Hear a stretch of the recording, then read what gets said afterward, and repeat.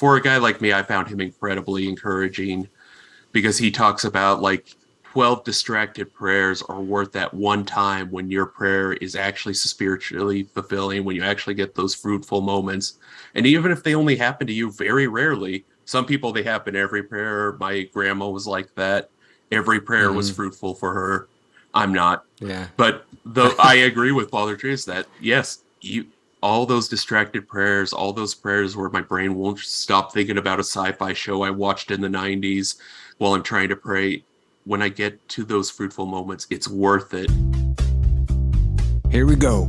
Welcome to a special edition of the Focusing Way podcast. I'm your host, David Battistella. We call these special editions The Way is Love. Find The Focusing Way on Apple Podcasts, Spotify, and our website, thefocusingway.com.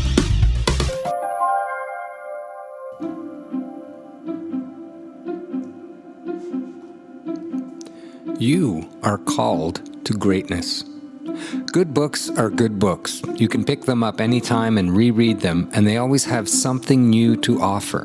This is certainly true of sacred scripture. In the case of You Are Called to Greatness by Father Leo Trese, who left a legacy of Hemmingwayesque, simple, clear, direct, practical teaching with his books, we can immerse in the profound nature of his solid teaching. Reading this volume is a strong refresher of good catechism and also a great barometer of where I am in the life of faith. To explore and understand virtue the way it is taught in this book by Father Leo was, as one small example, a joyful reminder of a rich perspective. Father Trese left us in 1970, but this book encourages us to remember not only that we are called to greatness, but practically hear and live the invitation to that call to greatness.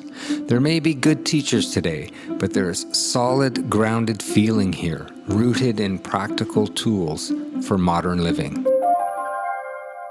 And joining me now to speak about this wonderful volume, You Are Called to Greatness, is Michael Lichens from Sophia Institute Press. Michael, welcome, and thank you for coming back on the podcast.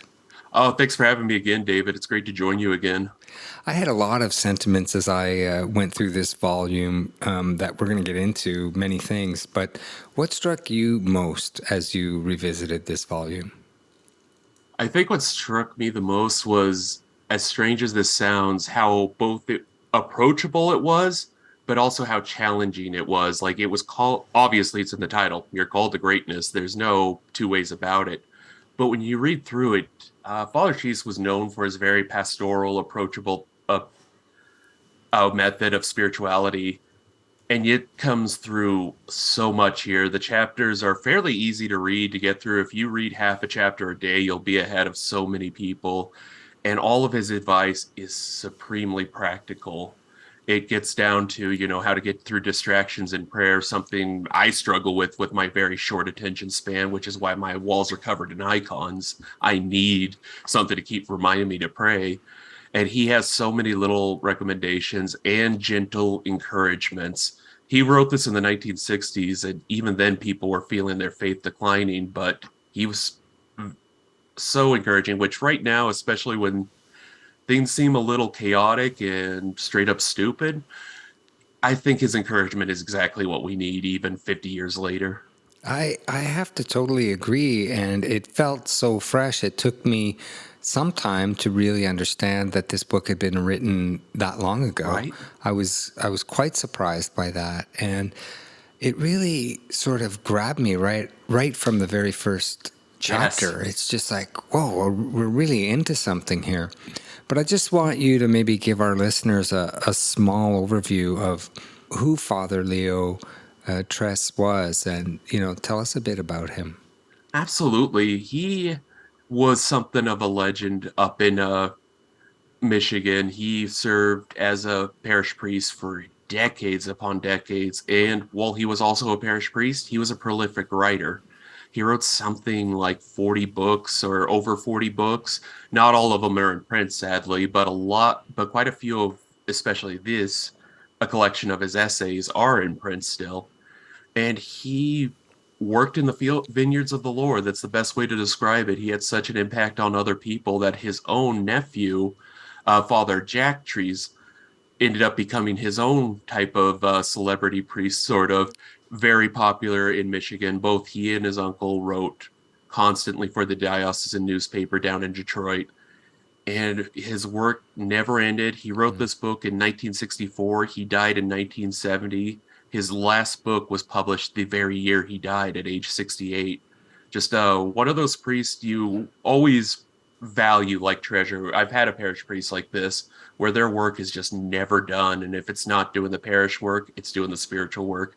And you value them like pearls of great price. Yeah, it's so true. It's such an example, this volume, not just for Christians, but also for other priests, just to be able to see what he's taking out of pastoral life, transmitting into what I sort of described in the introduction as Hemmingwayesque teaching. Like, it's very direct, it's very to the point. And there isn't sort of any kind of wishy-washy language in it even, and the explanations are incredibly clear. Even after this first chapter, when you get into the book and you're ready, he immediately goes into this word that people don't really like too much, which is mortification. But he has no trouble explaining what it is and its significance and importance. Can you just talk a little bit about that?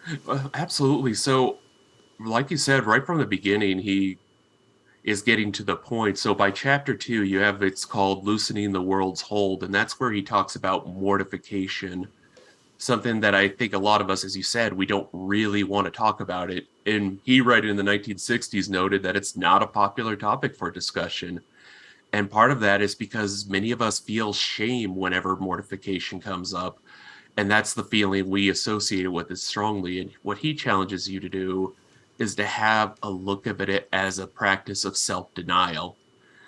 There's natural inclinations we all have to food, to family, things like that. We have these natural drives and desires. A thirsty man is going to crawl towards water. But what he tells us is that we can actually, unlike so many other animals, control those natural desires. We can, for example, take a time of abstinence or fasting. Fasting is a very powerful tool that I remember when I first became Catholic.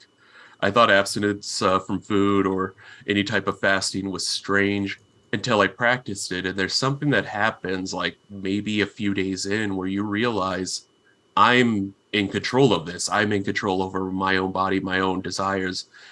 And also, I can move them towards something greater than myself. And that's what he ultimately leads us on to. His mortification's end is learning to abandon your will and to accept God's will, and learning that with God, all things are possible.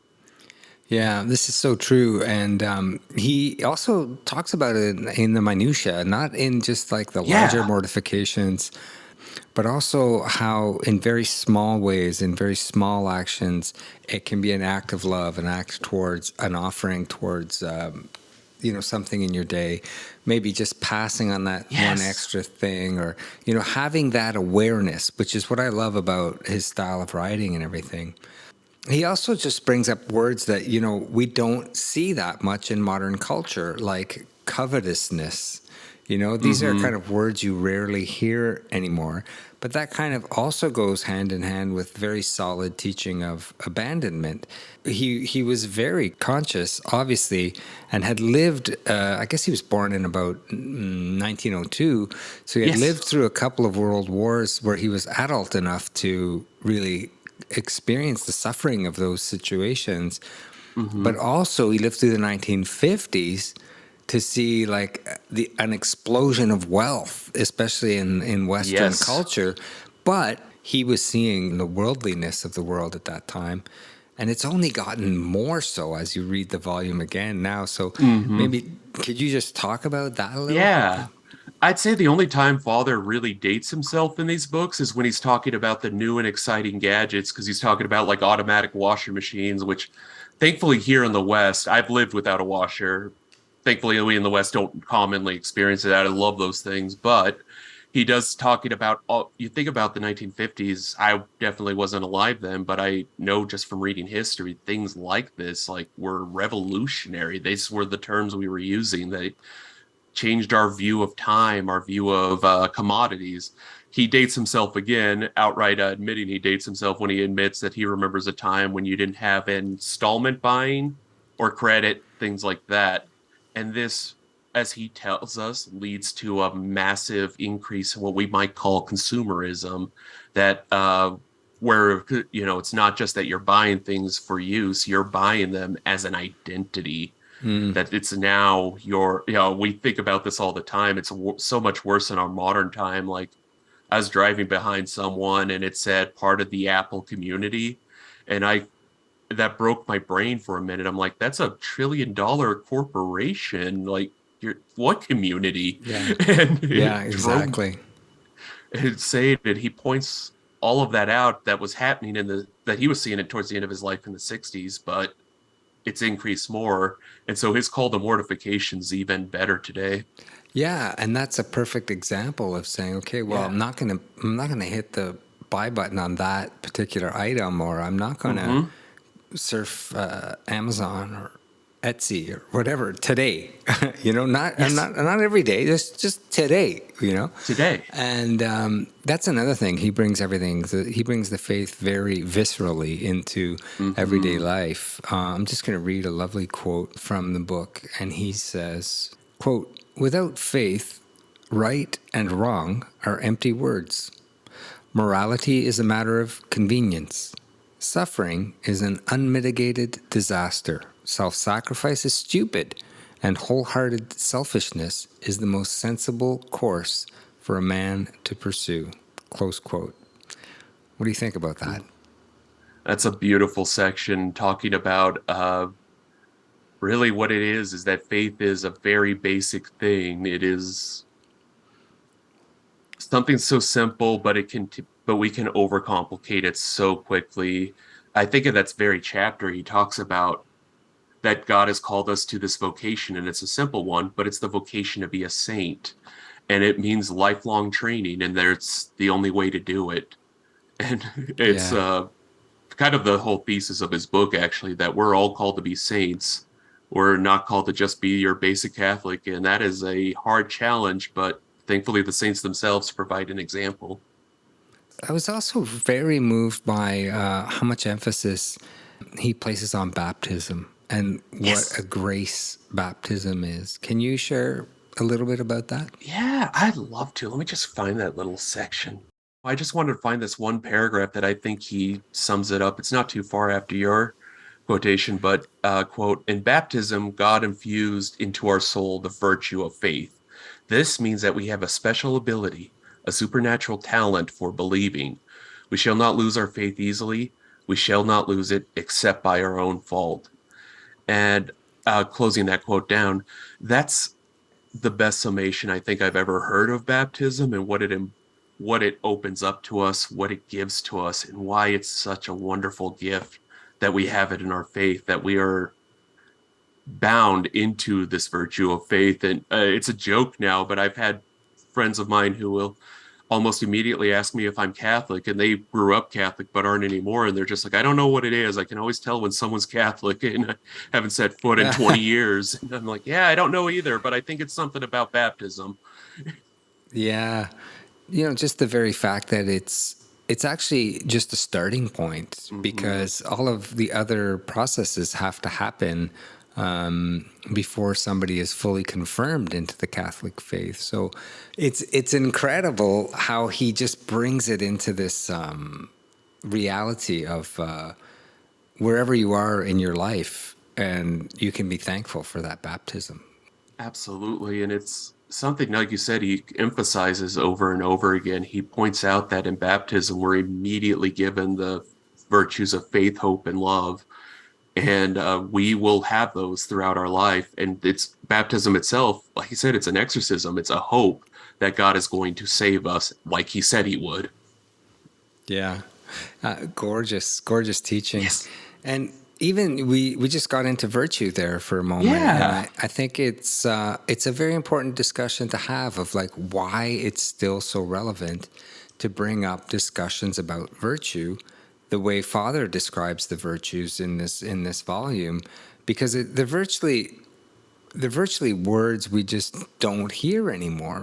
Reading the volume, I was like, what if I went and did person on the street interviews, asking people just to name, like, the cardinal virtues?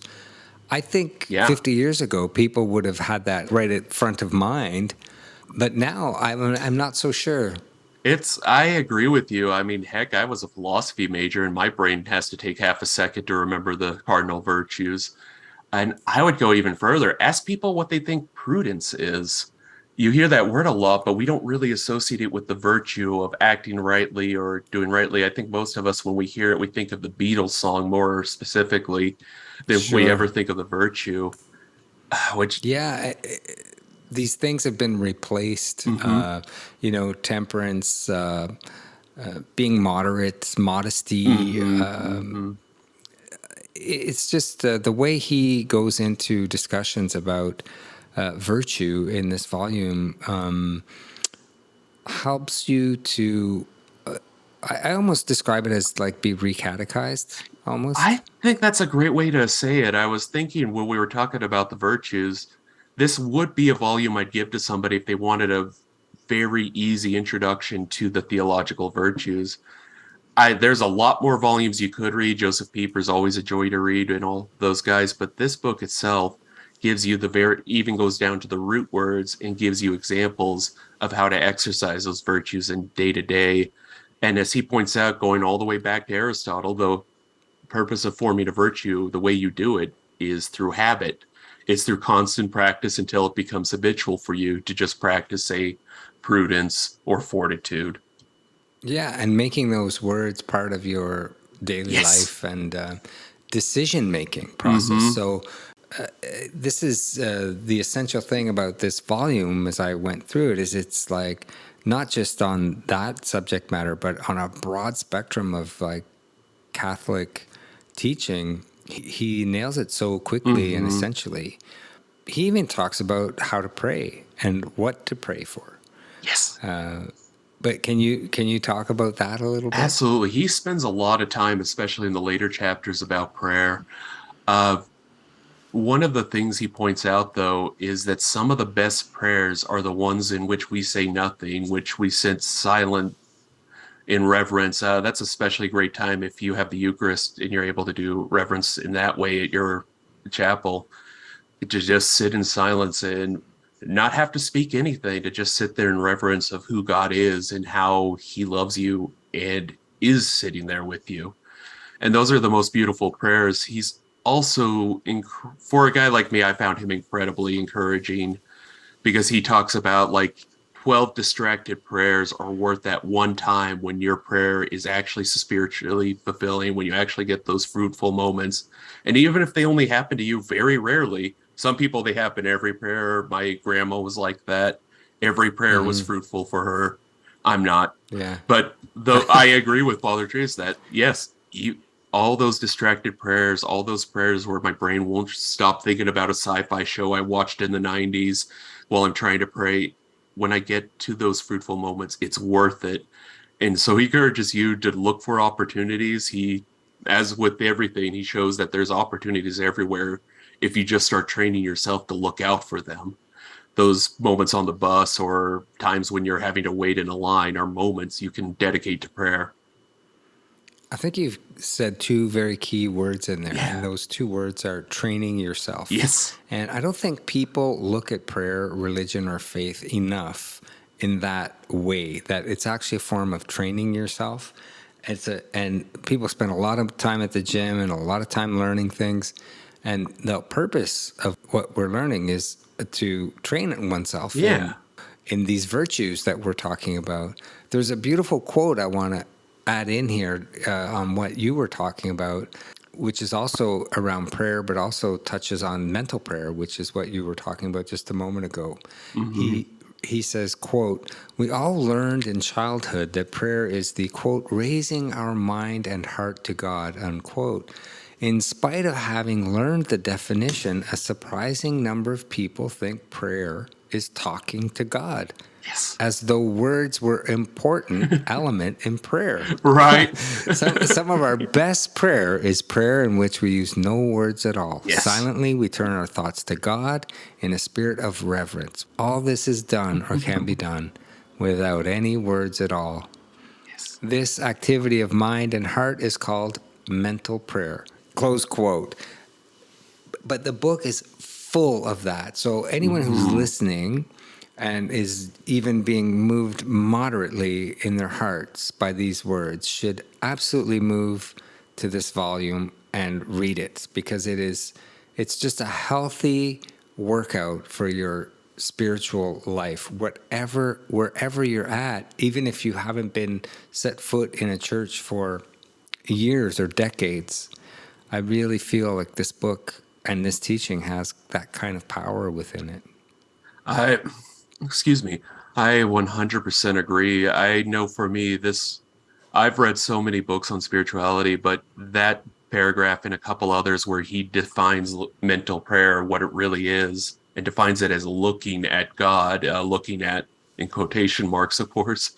But that was, for me, one of the most renewing. It was like a reminder of why mental prayer is so much more important and why prayer should be more than me just telling God what I want and what I need.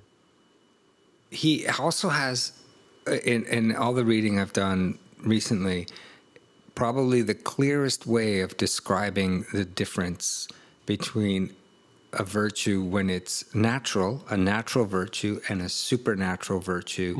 Mhm. And so when either justice, fortitude, temperance, or prudence, when it's in its natural state or when it's in its supernatural state. Mhm. So do you want to talk about that, or I could read a little quote and then you could talk about it? If How I, about that? yeah, go ahead and read the little quote. That'd be great.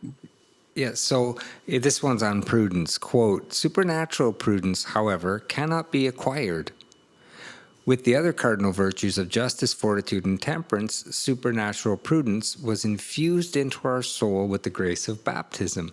These four virtues receive the designation of cardinal from the Latin word cardo, which means hinge. All other moral virtues hinge upon prudence, justice, fortitude, and temperance. Without these four, no other moral virtue could be practiced with any degree of perfection. Close quote. Mhm. Ah, man, he has such a great way with words, and that whole chapter. In fact, if I recall, he calls natural virtues those that participate in time and they concern matters temporal. But then we getting it to the supernatural realm, and that's exactly what he talked about in that chapter. I'm sorry, that paragraph you just talked about. And Yeah, and he's always inserting it into like day-to-day yes, life conversations.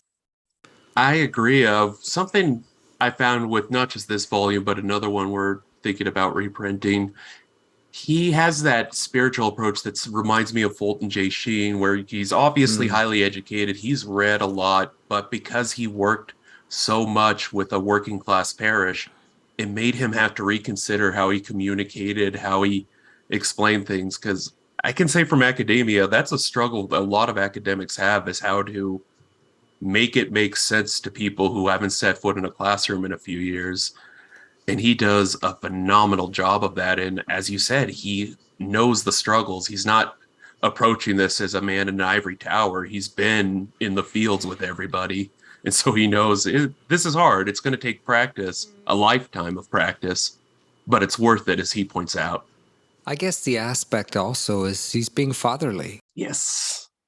He does also have very practical advice to parents and to, how to parent and how to raise children in a modern world, and what kind of conversations to have and how those conversations can unfold. Hmm. Can you just talk about that a Oh, bit? absolutely. He calls parents saint makers in his wonderful chapter, which I think is an ideal word. As he points out, parents have the vocation, and it's an honorable one. They're going to be their child's first introduction into the idea of God. Our fathers will reflect, how I feel towards God the Father. Watching how the parents function and how they love each other will be a very powerful lesson to your children. about the love of God and also how they should love other people. And that means parents have a very huge responsibility. God bless them, all the parents who are struggling out there, but it's also a joyful vocation because they get to be the ones who show their children their first instincts of what God is like. And that will help them throughout the later catechesis. He warns, telling parents, don't fight in front of your children because they need to see you love each other to know what the love of God is like. That's a point he brings out, not just in, of course, the extreme of fighting in front of the children, but in all things. They need to see you pray. They need to see you go to mass. They need to see that you have a love of saints. And I can use a personal example of this. I mentioned my grandmother who had many powerful prayers. By the time I met her, not many of her children were going to church, or her grandchildren for that matter. Growing up with her, going to mass with her, seeing her love of the Sacred Heart and St. Therese throughout the house, that led a powerful impression on me and eventually helped me to become Catholic when I was much, much older. But those seeds are planted. She now has great grandchildren who are still in the church. And so you can see those seeds just bear fruition over generations. And it's a joy to see. I just want to, I guess, I want to talk a little bit about common sense because it feels like as you're reading this book, it's just like he's speaking from a time when there was a common sense. It maybe seems right now in our world, common sense doesn't even exist anymore because so much of what makes sense is self-defined that nothing is really common. Hmm. And so I guess, just that whole, I'll open that up to you to talk about Yeah. like, I think that it goes all the way back to the beginning of the book where he has this really gentle encouragement that if you think of yourself as the average Catholic, you're actually doing far better than the actual average Catholic. Because and these were the stats from the 60s showing how few people went to Sunday Mass. I don't even want to, try to keep up, but I can't imagine what they are now. Uh, but to say the least, it's much bleaker now. And so there's a little gentle encouragement. It's not an invitation to sit on your duff or anything here, but it's an encouragement that if you think of yourself as an average Catholic, you're already doing more than the so-called average Catholic. So you are capable of so much more than you thought you could be capable of. Because any type of practice of virtue, any type of self-denial is so uncommon. And I know from practice, if you do these things, even if you're very good about following the Bible, you don't brag about your fasting, you don't wear a sign on your chest that says fasting today or anything like that. People will see that, will pick up on it. And especially in our age right now, where everyone's looking for a role model of what it means to be good and happy, we need more and more people practicing the so called common virtues. one word that comes up a lot, which we hear in scripture often, but we don't hear used the way Father uses it in the book. But he mentions the word zeal a lot, Yes. and a lot toward the end of the book, where he's lifting us up, and he's made these arguments, and he's calling us into this life that he wants us to live and to experience. And so, how were you feeling when you were reading that? It's a word I keep using when describing this book, but I felt very encouraged, like especially when he talks about prayer and the for all of us who find this entire thing extremely difficult. I realized the other day I've now been Catholic for 20 years and I just can't believe it. And on something one hand, I can look at some of my accomplishments, go, okay, I'm better off than I was. But on the other hand, I'm still distracted in prayer. I still have a short attention span. One decade of the rosary is really hard for me. And his encouragement is there's virtue in undertaking the difficult. You will gain from doing that every day. Just like we know, and we know that with other things, like if you want to learn a language, you have to do it every day. It gets easier, but the hard part is doing it every day. But we forget that with the spiritual life, and he's a gentle reminder to remember it's an everyday process and it's a lifetime process to become a saint. Absolutely. Yeah. And he's controversial. And Yes. I'm going to read this quote. I'm going to read this quote because people are going to go, "Well, wait a second," because I think There is a lot of worry in the world. Oh right my now. gosh, I mean, yes. I think we are in a world of worry. And here's a quote from Father Leo. Quote, "To worry is unchristian.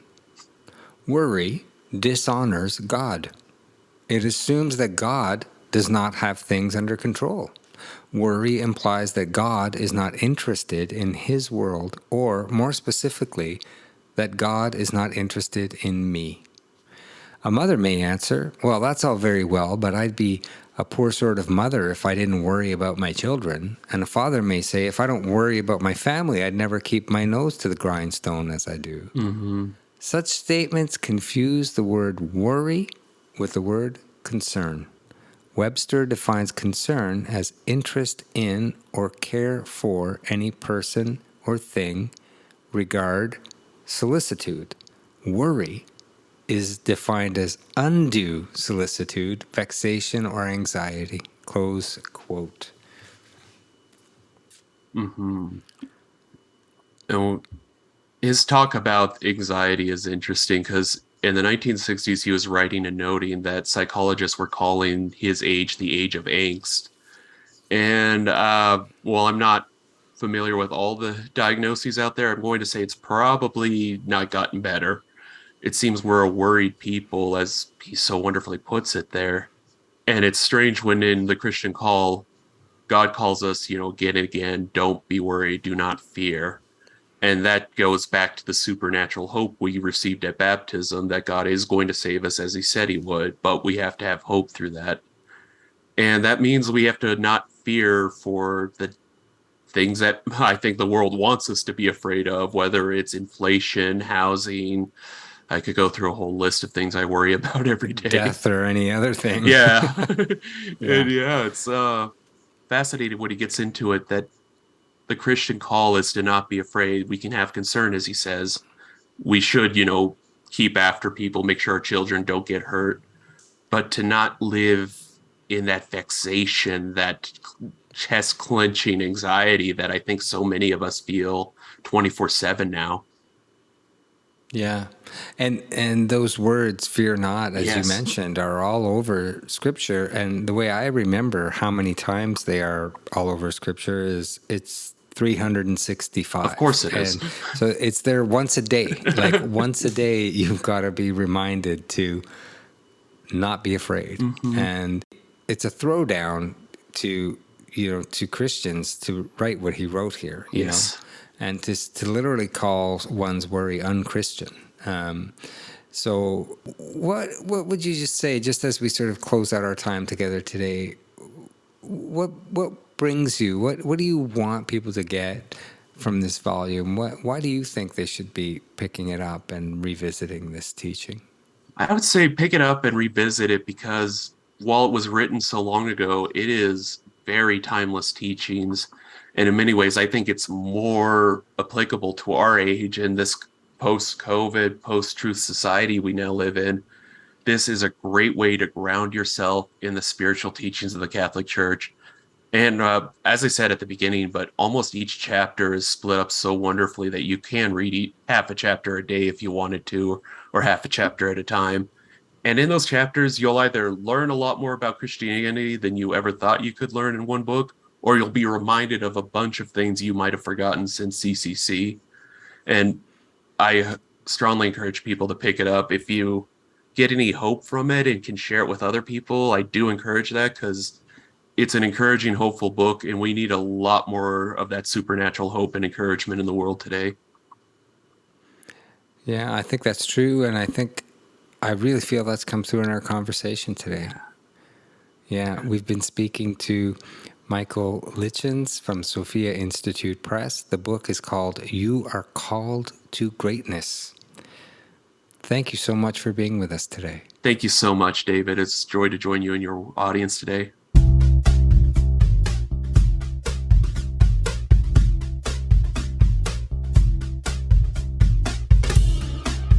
Check us out on Apple Podcasts or Spotify, our website, thefocusingway.com.